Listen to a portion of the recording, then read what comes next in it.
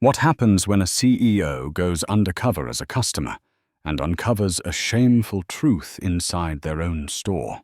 Morning light spilled through the thick glass of the skyscraper, casting a cold golden hue across the 38th floor office.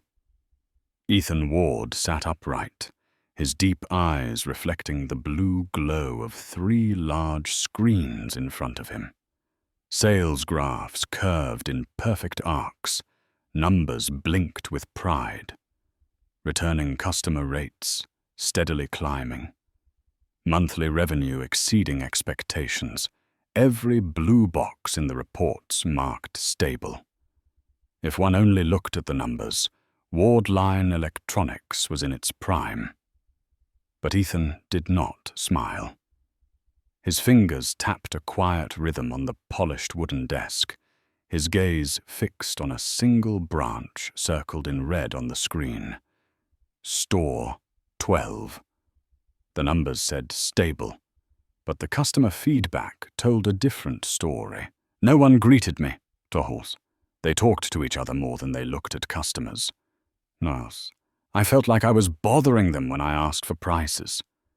Short, simple sentences, yet each one cut into Ethan like fine blades.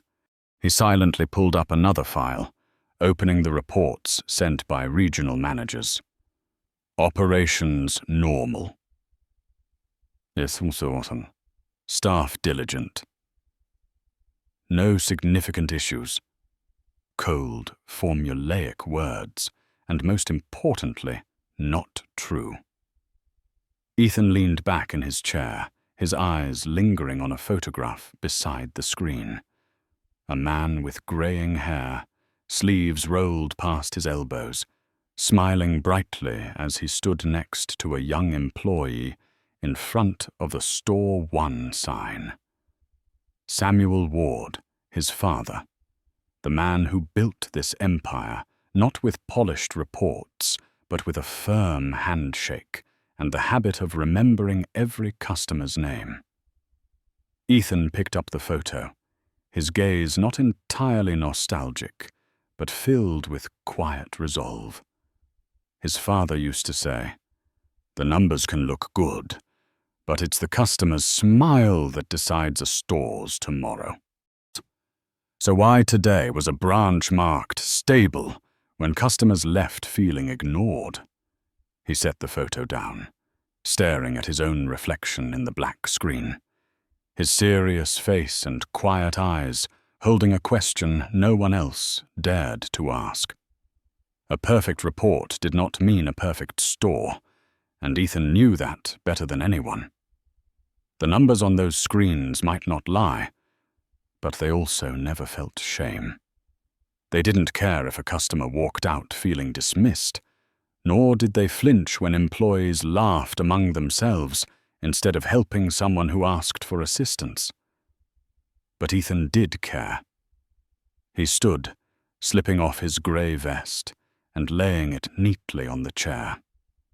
His eyes flicked to the shining CEO badge still clipped to his jacket pocket, a badge that would remain locked in a drawer for the next few days. Store 12 needed to be seen through the eyes of an ordinary customer, not a director perched above it all. And Ethan needed the truth, even if that truth was so ugly it shattered his faith in the numbers he once trusted completely. He drew a slow breath, his hand tightening on the glass door handle. Tomorrow, Store 12 would welcome a special customer, but no one there would know that this customer was the true owner of the entire building. The next morning, Store 12 opened with the usual atmosphere of a busy sales day. Shiny aisles, bright white lights reflecting off clean tiled floors, neatly hung promotional signs. Everything looked perfect, at least to anyone just passing by. A middle-aged man in a light khaki jacket, faded jeans and worn sneakers walked slowly through the automatic glass doors. No one noticed, and not a single employee looked up. He moved calmly, like any ordinary customer, but his eyes carried a meticulous, critical sharpness. That man was Ethan Ward, CEO of Wardline Electronics, but this morning he was nothing more than an anonymous shopper. He walked through the wide aisles, his gaze scanning every detail, the crisp new price tags, the neatly arranged products. But something essential was missing: the human presence. He stopped in front of a 55-inch Vanguard TV, its screen looping a slow-motion soccer match, the glow reflecting in his eyes like a mirror. Below it, a bold sign read, "Today only, $799, with sharp gold borders, showing no signs of being outdated or misplaced. Ethan glanced around and spotted a young employee leaning against a nearby counter. His hair was cropped short, chewing gum puffed and deflated with every lazy bite. Ethan approached, his tone polite and calm. "Excuse me, can you confirm, is this really $799? The employee barely glanced at him before shaking his head, his voice flat, as if even explaining was a waste of effort. "No, that's wrong. The real price is $1,500. Trust me." Without another word, he turned his back and walked away, fingers tapping rapidly on his phone screen, not bothering to look back. Ethan stood there, his quiet gaze lingering on the polished price sign. He didn't argue, didn't ask for a scan to verify. He simply noted it. $799 or $1,500. The issue was never the number. The issue was the cold indifference and how easily this employee lied without so much as a blink. In Ethan's mind, each word carved itself sharply, as if typed onto a report. Employee failed to verify information. Travis Cole. Unempathetic response. He moved on, walking slowly through the aisles like a silent shadow. Still no greetings, no glances of acknowledgement. Over the soft hum of the air conditioning, Ethan caught faint laughter from the checkout counter in the distance. He turned slightly, spotting a group of employees huddled together, eyes glued to their phones, fingers tapping rapidly. Among them, Travis glanced in his direction with a smirk before showing his phone to a co-worker. Ethan tilted his head just enough to catch the text flashing across the screen. "Another old man asking about sale prices. What a drag." Ethan said nothing, but his lips pressed together slightly. He kept walking, as if he hadn't heard a thing. But in his quiet, steady eyes, every detail was being stored. Every word was becoming part of a report that these very employees would read in front of him tomorrow. And perhaps it would be the last meeting they would ever attend at this company. Ethan turned into the audio equipment section, standing beside a row of high-end speakers, as if he were carefully inspecting them. In reality, his eyes were quietly fixed on the employee counter in the distance, where 3 staff members remained clustered together, ignoring the customers walking past them. Travis Cole, the same man who had brushed him off earlier, held his phone in one hand, laughing loudly before showing the screen to his co-workers. The sound of their laughter rose above the music coming from the speakers. Ethan narrowed his eyes, walking slowly closer, pretending to look for another model of speaker. He tilted his head just as the light from Travis's phone reflected off the glass display case. A message in the staff group chat appeared clearly. "Another old guy asking about discounts. So annoying. Bet he won't buy anything." Below it, strings of laughing emojis flooded the chat from the other employees.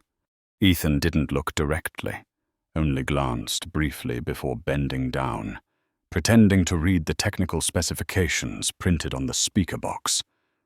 Suddenly, Travis's walkie-talkie crackled, followed by the cold, rigid voice of the shift manager. "Reminder to all staff. Each person must sell 3 4K TVs today to qualify for the bonus. Anyone who doesn't hit the target will lose their monthly incentive. I'm tracking the numbers alive."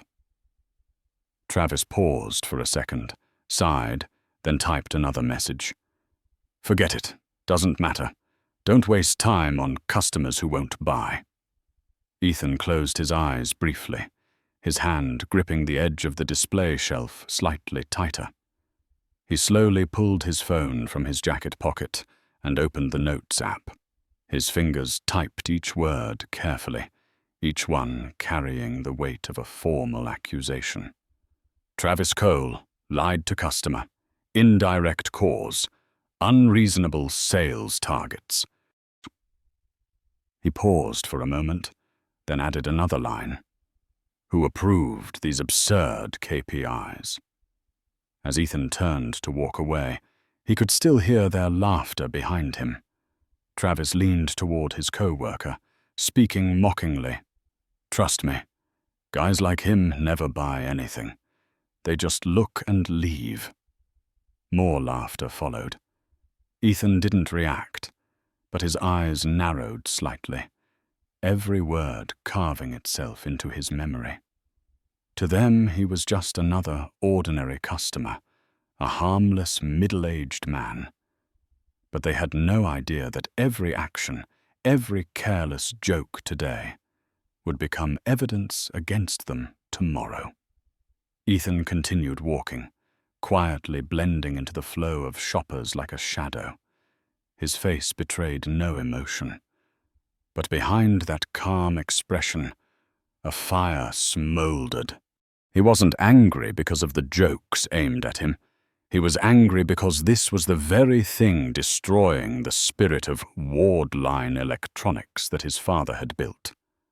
A contempt for customers disguised behind polite smiles and impressive-looking KPIs. A hesitant voice caught Ethan's attention. At the service counter near the exit, a young woman stood clutching a child with a light blue cast on his arm, her face filled with worry.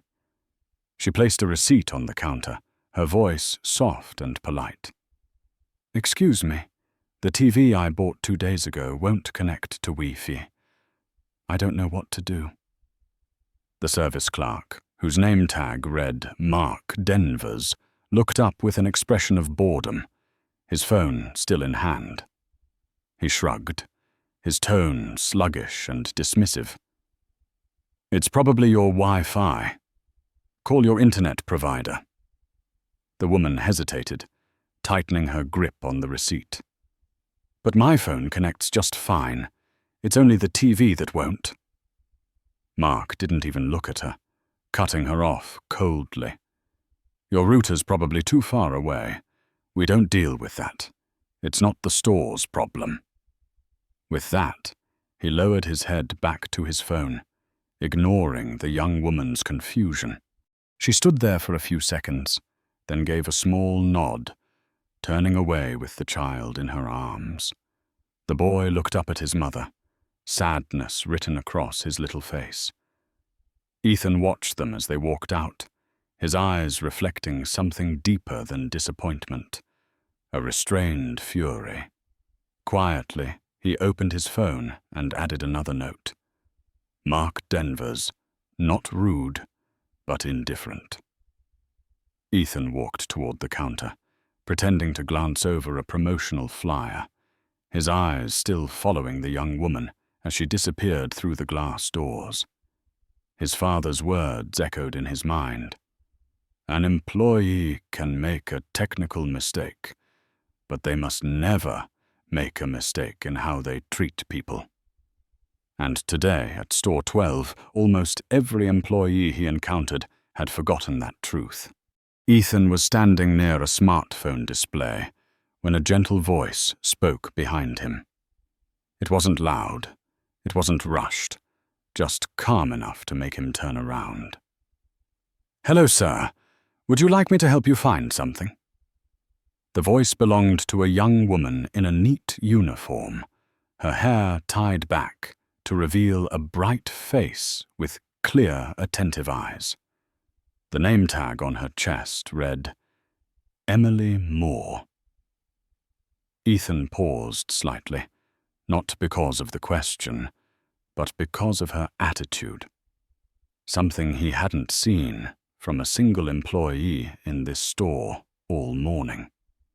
He nodded, offering a faint smile. Emily stepped closer, maintaining the perfect distance to avoid intruding. "Are you looking for a specific type of product? Do you watch a lot of movies or play games? Or maybe you need something with higher brightness if your living room has a lot of sunlight?"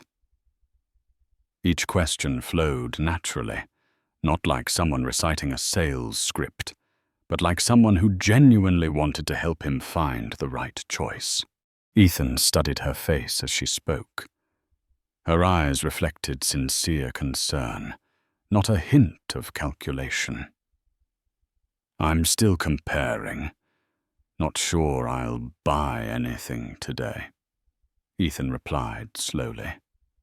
Emily smiled, nodding as if that was completely reasonable. "That's perfectly fine, sir. What matters is that you find what really suits your needs. Whether it's here or anywhere else, that's more important." Her response caught Ethan off guard for a brief moment.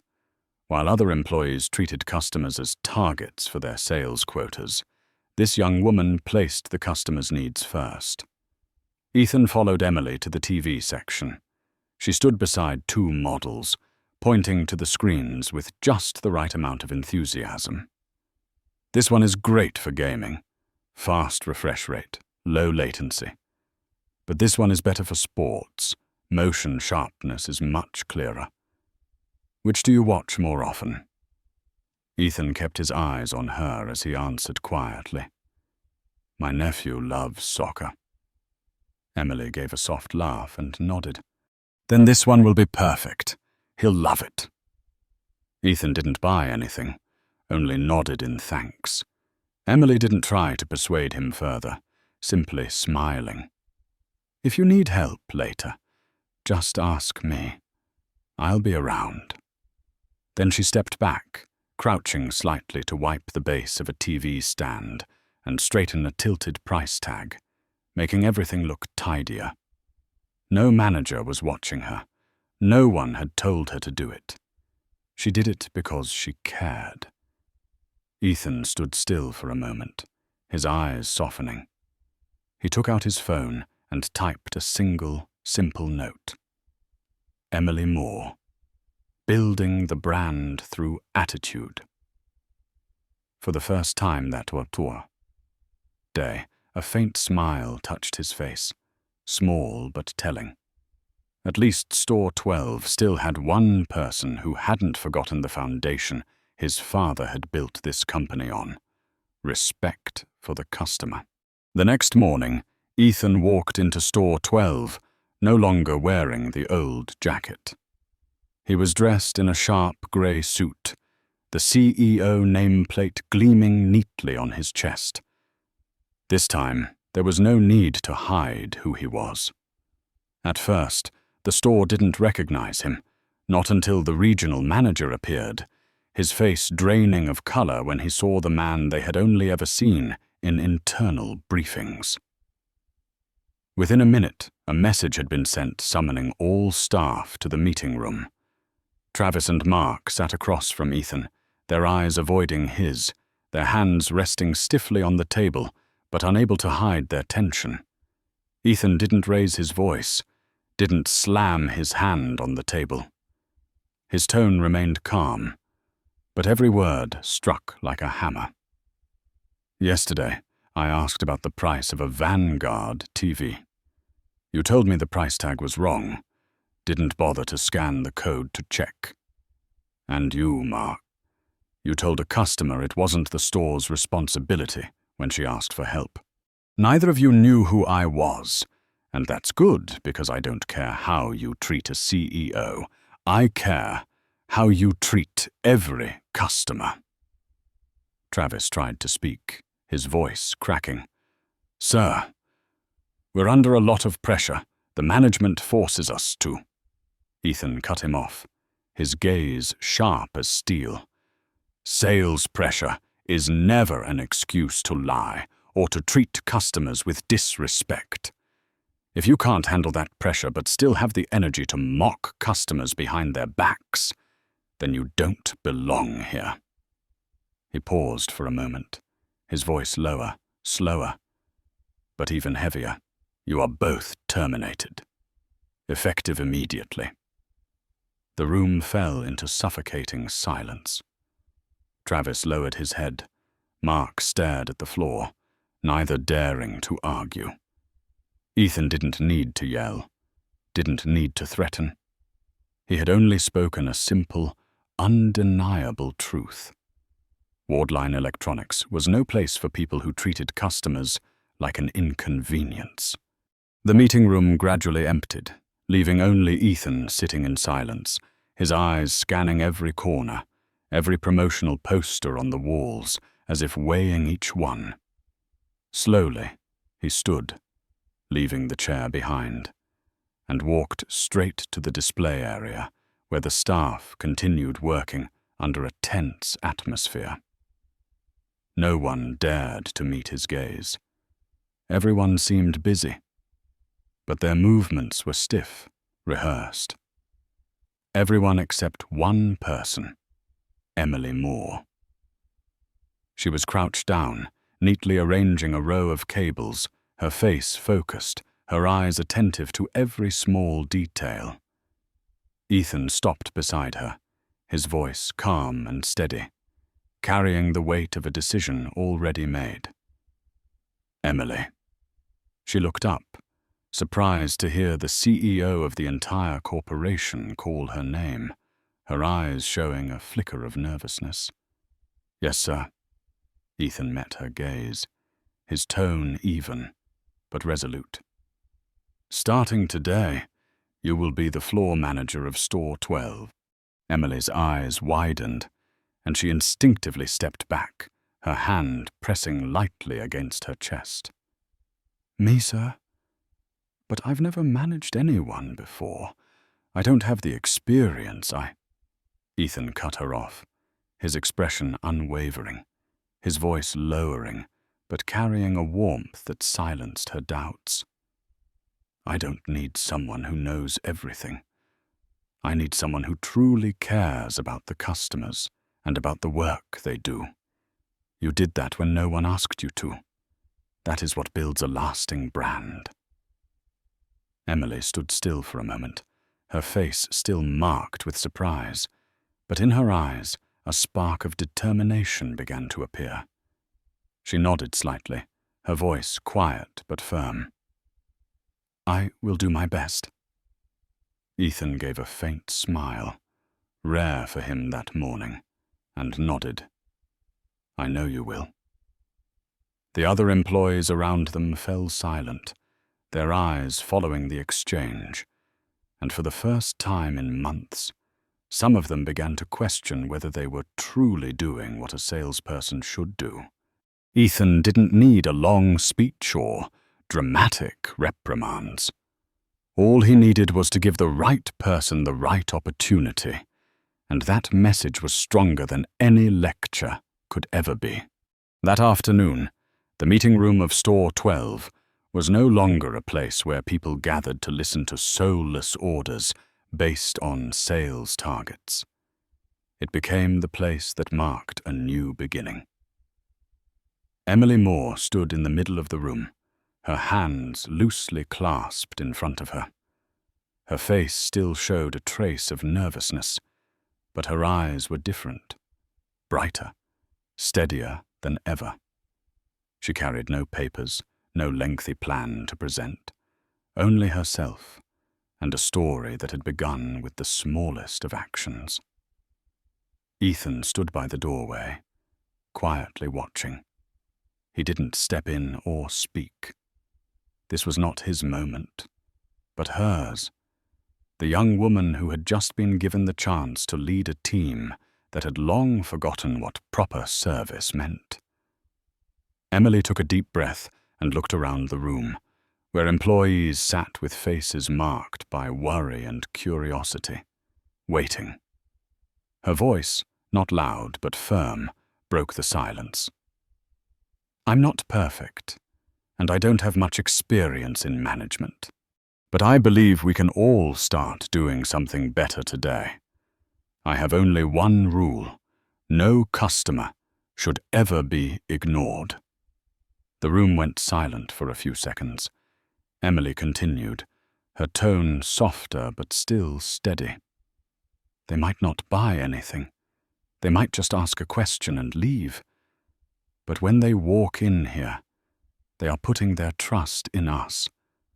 We're not just selling products, we're selling trust, and if we lose that, no perfect numbers will save this store." She took a few steps forward, her eyes meeting theirs, not to impose, but to connect. "I've been where you are. I know the pressure of sales targets. I know how exhausting it can be to smile even when you don't feel like it. But if we do the right thing, greet them, listen to them, truly help them, those customers will be the ones who bring us the sales we need." A staff member sitting at the back looked up, his expression showing a flicker of doubt, or perhaps realization. Emily pressed on, her voice now more like a reminder than a command. "None of us wants to be ignored when we need help, so why should we do that to our customers? Starting today, anyone who walks through this door, even if they're just asking about the smallest item, deserves respect." The room remained silent. There was no applause, but the expressions began to change. Some employees lowered their heads, perhaps thinking about what they had done in the past. Emily stopped speaking, ending with a simple but resolute statement. "We start over from here. Just one rule, but if we follow it, everything will change." Ethan watched from the doorway, observing every reaction. He didn't enter, nor did he say a word. He looked at Emily, and in his eyes was a glimmer of hope. He understood she didn't need to give orders or deliver grand speeches. Her sincerity and determination were what could truly change these people. When the meeting ended, the employees left the room more slowly than usual, as if deep in thought about what they had just heard. Emily stayed behind, exhaling deeply, her hands tightening slightly. Ethan walked up to her, not offering praise, just placing a hand on her shoulder, his gaze serious but warm. "You did well. This is only the beginning, but you've brought back something that should never have been lost." Emily looked at him, nodding slightly, her eyes filled with determination. Ethan stepped outside, the golden afternoon sunlight stretching across the sidewalk in front of the store. He paused for a moment, glancing up at the Store 12 sign. For the first time in months, he felt an old faith returning. Numbers might keep investors happy, but people like Emily were what would keep Wardline Electronics alive and growing. And today, he knew real change had begun with a rule that seemed simple: no one should ever be ignored. A store can run on numbers, but it cannot survive without respect for its customers. Sales can be bought with advertising, but trust only comes from the hearts of those who truly care. And that is why an employee like Emily is worth more than any flawless report, because she reminded all of us that a brand is not built by its products, but by the way we treat people. If you also believe that respect is the foundation of every success, hit like and subscribe to help spread this message. And don't forget to leave a comment with these 3 words: Respect comes first, because that is what preserves true values in any line of work.